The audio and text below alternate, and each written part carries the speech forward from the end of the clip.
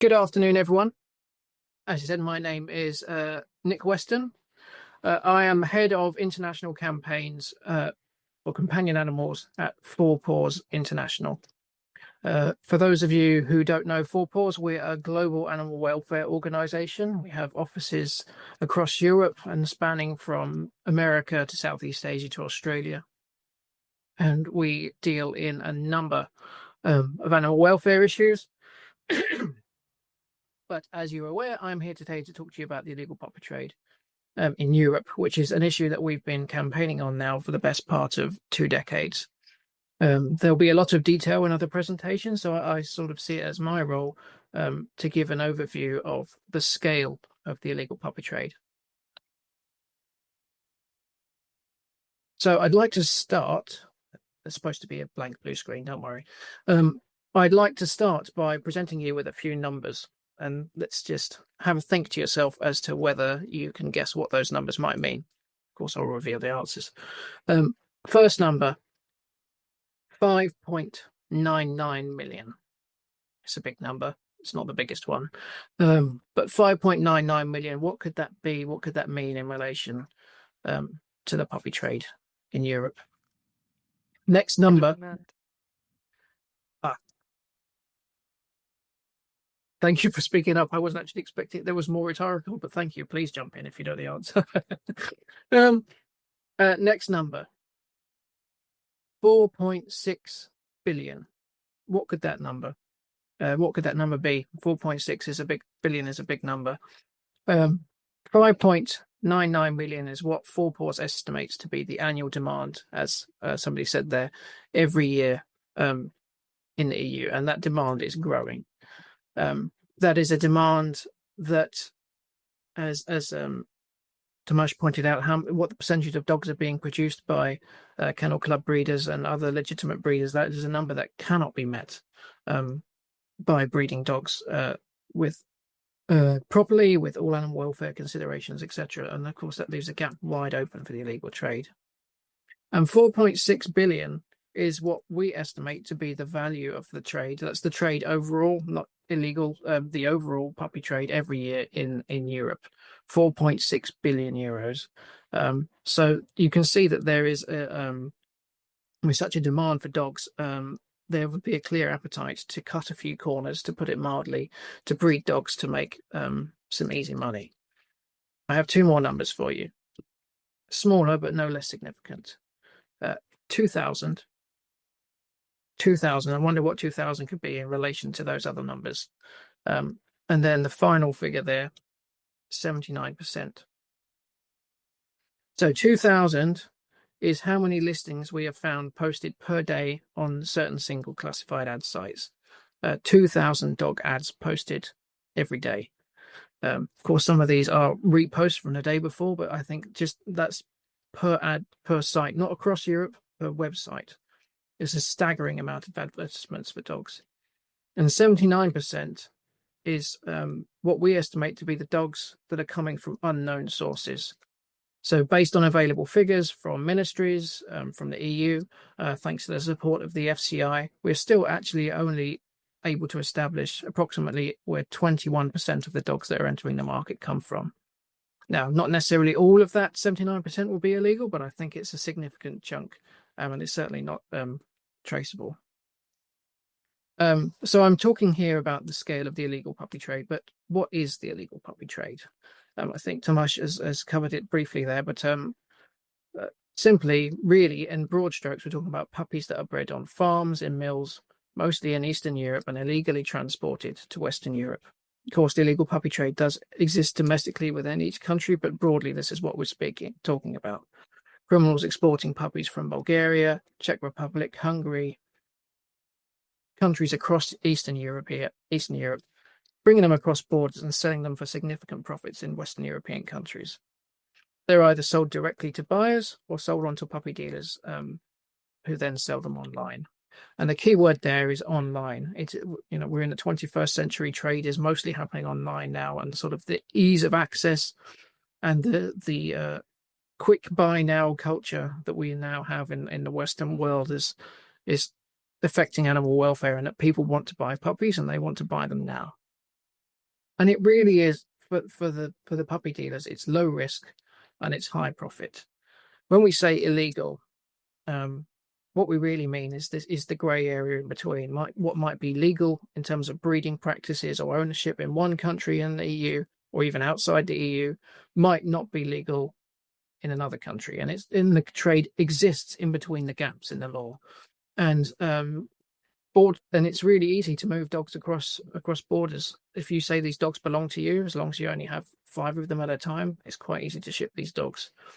But we're not the only ones who describe it this way. In 2021, the European Union recognized the illegal puppy trade as organized crime. And I think that term really isn't to be underestimated. When I think of organized crime, we might think of The Godfather or people smuggling drugs or even human trafficking. And we really are talking about a crime in the same, quite often using the same techniques and in the same scale that, as the EU says, often a large scale and sometimes with potential devastating consequences. Because nobody is safe from illegal dealers, not the buyers, and unfortunately neither are the legitimate breeders, because they know how to operate and they are imitating you. They post cute pictures and professional text, but really to the untrained eye and often to the trained eye, illegal ads cannot be differentiated from those that are of legitimate breeders. Consumers, quite often the problem is consumers ignore red flags, or quite often they don't know how to spot them. Four Paws, and I know also FCI, have run awareness campaigns trying to educate people on how to avoid the pitfalls of the illegal trade, but of course they do.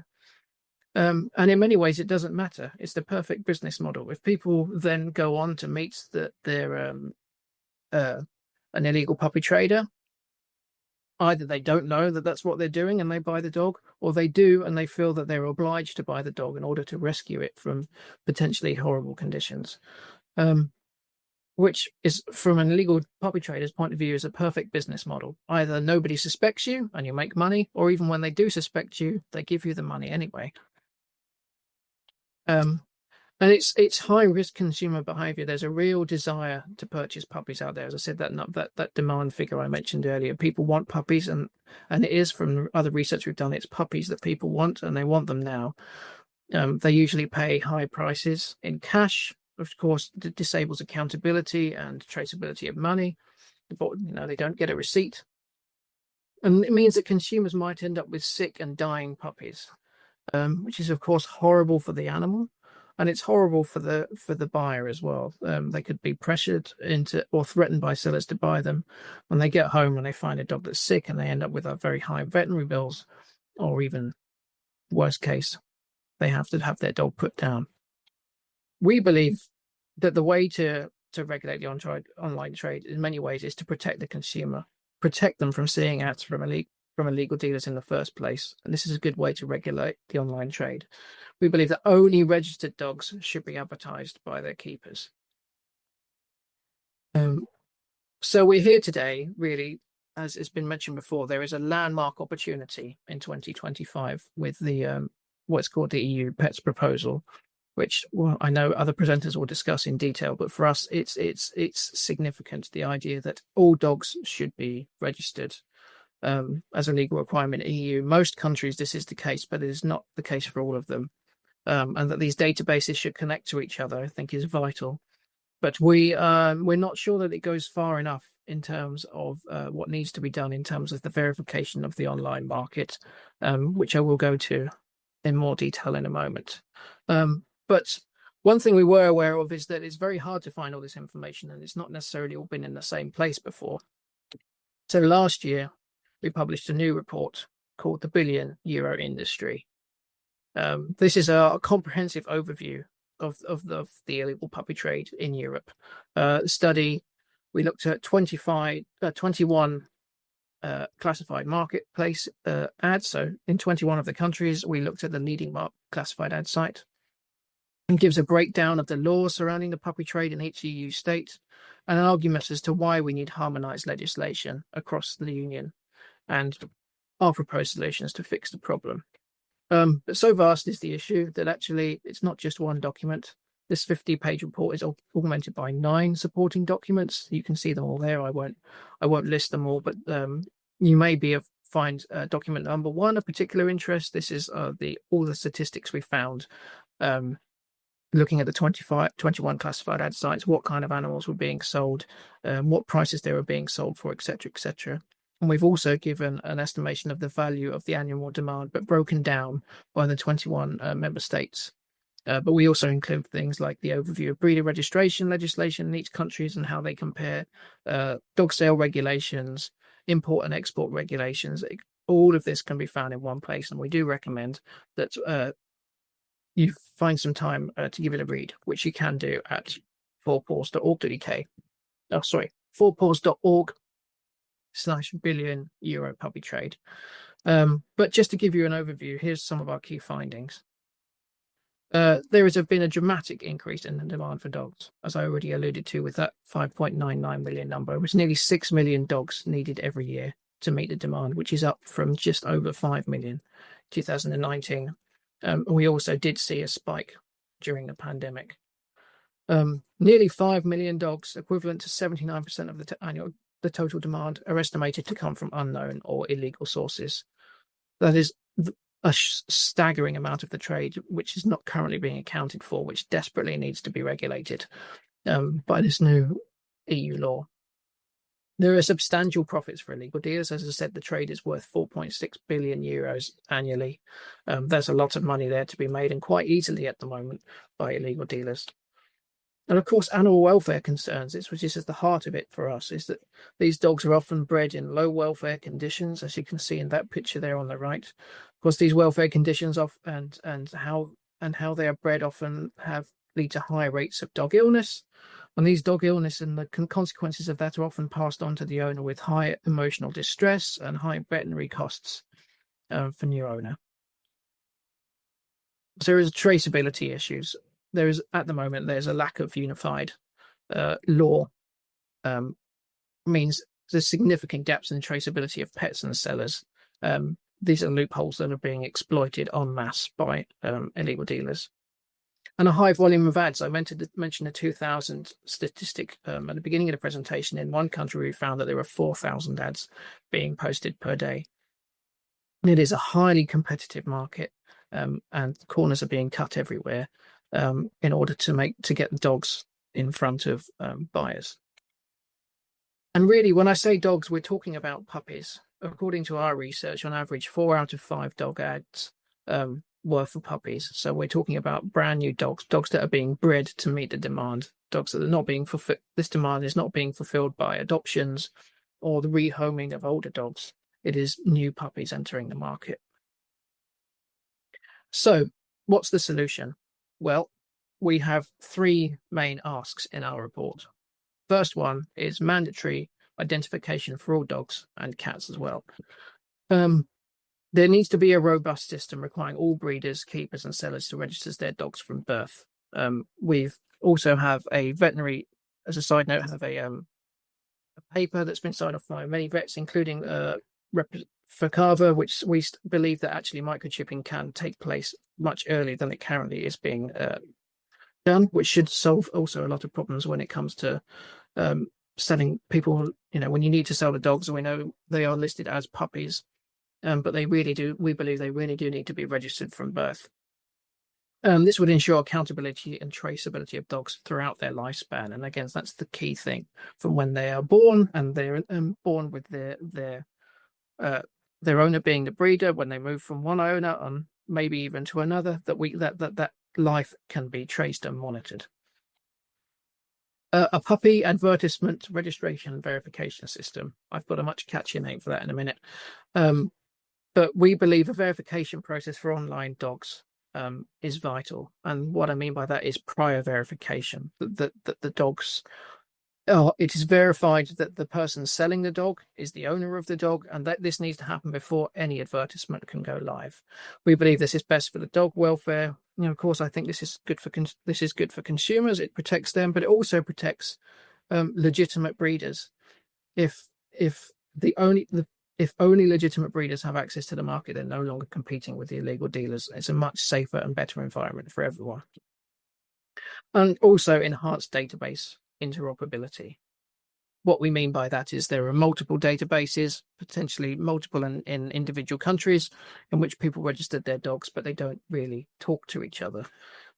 If I use a non-puppy trade example, if you were, say, on holiday in Spain, and God forbid you lost your dog, and you were, say, traveling, you're in Spain, you were from Norway, but you're on holiday in Spain, you lose your dog, you go home. One day, a day after you get there, somebody finds your dog, they scan the microchip, and at the moment, they cannot then relocate that dog back to its home. Of course, with database interoperability, the database is communicating with each other, that would be possible. And actually, then we would be able to, same for the law enforcement officials, they'd be able to see where the dog has come from and trace it back to its owner. If they're a legitimate breeder, it's not a problem. If they are illegitimate, then they've got something to worry about. But I just want to take a minute here, and also it gives me an opportunity to stop talking and play you a video. Just talk about our puppy advertisement registration verification system, or what we call VeriPet. So the idea is based on the theory that if at the moment you can, as I mentioned, you cannot differentiate between a legitimate puppy advertisement and one done by an illegal dealer. And what we'd like to do is block the illegal dealers from entering the marketplace at all. And we believe with mandatory INR across the union and a system here that basically communicates, it's a two-step verification system, much like when you log onto the bank, onto your banking. Only you can do it, and it's the same. Only you should be able to sell your dog online. But I've got a little video here that saves you having to listen to me for a few minutes, that should explain it much better.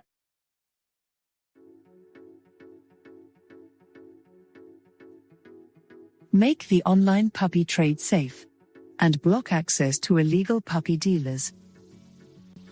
How? Only microchipped and registered dogs can be sold online by traceable sellers. EuroPetNet and 4paws introduce VeriPet. VeriPet is an innovative technical solution to help classified ad sites combat the illegal puppy trade. VeriPet is implemented by 4paws and EuroPetNet in partnership with pet registration databases and classified ad sites. So, how does VeriPet work? When registering a dog's microchip in a pet registration database, the dog's owners must be verified first. Registration must be done by a vet or other authorized professional. When placing an advertisement online, the seller must enter the puppy's microchip number into the classified site. The advertising site checks the microchip number via the pet microchip registration database. Classified sites must ensure the verification checks cannot be bypassed, and only ads for verified dogs can be published. After the microchip number is checked successfully, a PIN code is sent to the registered owner's phone. The owner enters the PIN on the advert. The owner has now been verified and the advert goes live on the classified site. If the owner does not pass verification, then the ad will not be published. Benefits of VeriPet: allows only responsible sellers, blocks illegal sellers, helps authorities trace illegal activities, increases consumer protection, improves animal welfare, and reduces the illegal puppy trade.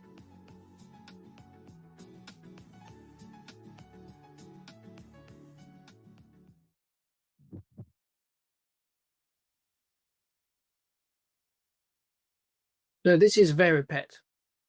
As you said there, this is essentially it's an authentication system, ensuring only animals registered to the seller can be advertised. So if you are a seller and you are registered, the registered keeper of the dog, which of course I'm sure everyone here is, they submit their microchip number and mobile phone number, which again should both be registered to the owner. Then you receive a one-time passcode to the mobile phone number. You enter that passcode, and then the advertisement goes live. It's a very simple system, but one we think is vital to ending the illegal puppy trade, because if you are not the registered keeper of that dog, if that dog is not registered, if it's not microchipped, you cannot list a dog online, and that's going to be the case for nearly all of the people who are dealing in the illegal trade. It's currently successfully implemented on a website in Ireland, and we've tested it successfully in Switzerland. So we believe this really is a vital part of ending the puppy trade. There is another part of the illegal puppy trade which is often raised with us, and I think something that's worth addressing. And that is what is going on social media. The trade is rampant on social media, and if we're talking about how unregulated it is on classified ad sites, then we're really talking about the Wild West when we talk about social media. Back in 2022, 4paws did some research, and we found that nearly 40% of people who purchased their dog online found it on social media, mostly on Facebook and Instagram. And more than half of the puppies with health problems were actually advertised on social media. So it's not just that these dogs are being sold in an unregulated way. There are serious animal welfare and consumer concerns as well. So recently, we commissioned an investigation on Facebook in the countries in which we are based. Europe, looking at Facebook groups, Facebook Marketplace ads, and Instagram profiles looking for posts from private sellers. Now, I should bear in mind that it is already against Meta, the parent company of Facebook and Instagram. It's already against their policy to sell dogs online, so it shouldn't be happening at all. Well, what we found across these 7 countries was more than 130 Facebook groups featuring unverifiable puppy ads, with a combined audience of over 600,000 members, and further 50 Instagram profiles with 138,000 followers. Now, this should not be allowed on Meta as it stands. However, the enforcement is poor, to put it politely. At the beginning of last year, we reported a sample of these posts to Facebook, and only 2 of them were removed. Nearly all of these were in breach of Meta's policy, and we've reported an additional sample at the end of 2024, and only 3 of which were removed. In fact, and then 1 went back up again afterwards, so you might as well call it 2.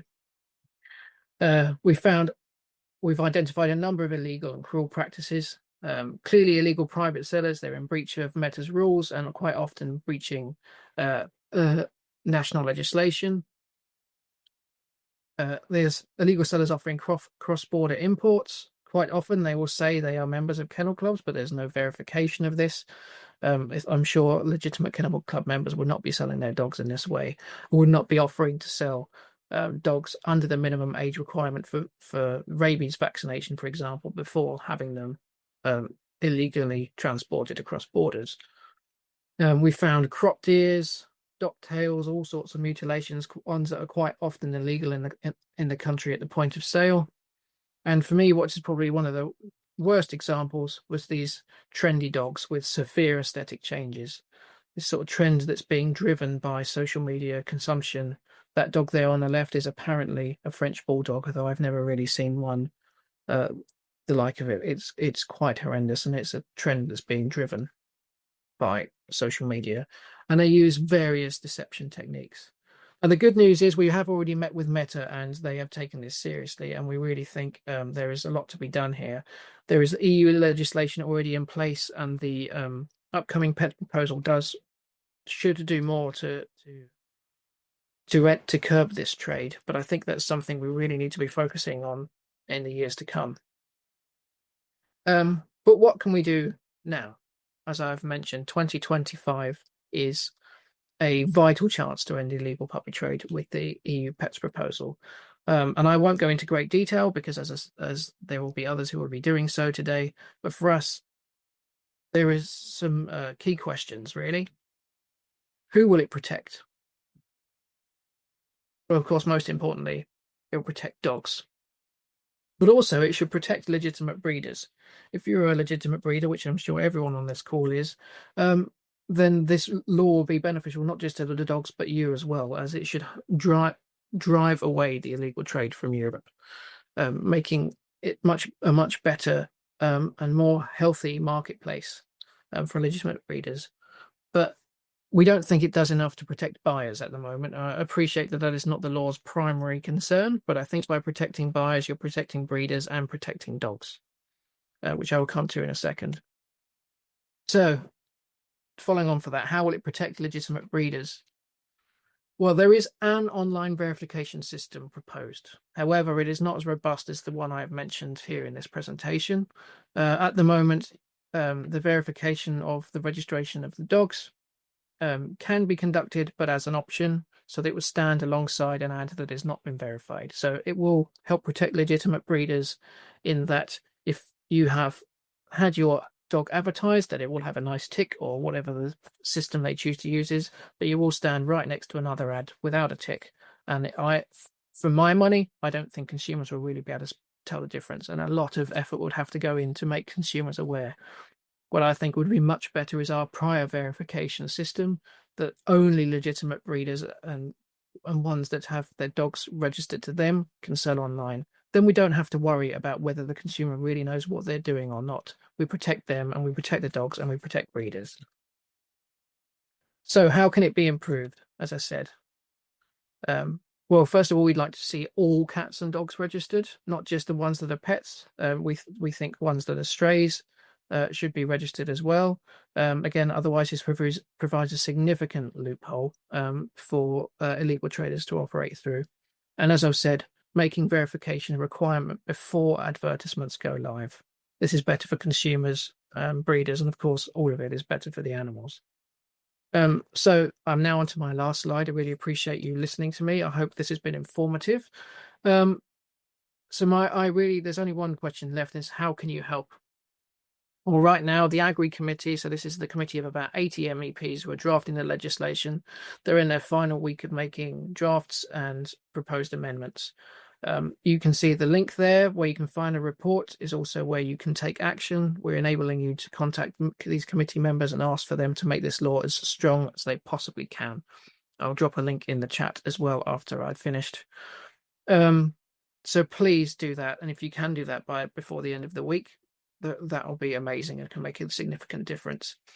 The other thing you can do is raise awareness. Raise awareness of this law change and what needs to be done. Raise awareness of what you need to do to inform consumers. And of course, if you have the means, please let the media know. The more media coverage, the more pressure there is on MEPs to do the right thing and make the law as strong as it possibly can be. And the last thing you can do, and don't worry, you don't have to do it now, but as mentioned previously, the law looks like it will be voted on sometime in the summer, June, or maybe even July. Please, between now and then, get in contact with your MEPs and encourage them to vote in favour of this legislation.